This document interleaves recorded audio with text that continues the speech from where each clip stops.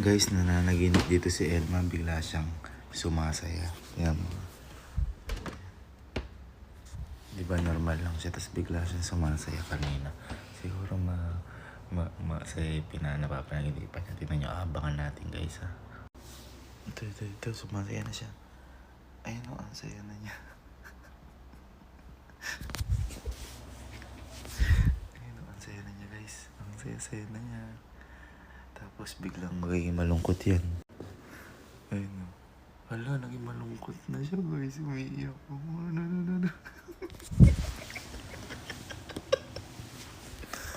Ayun o. No.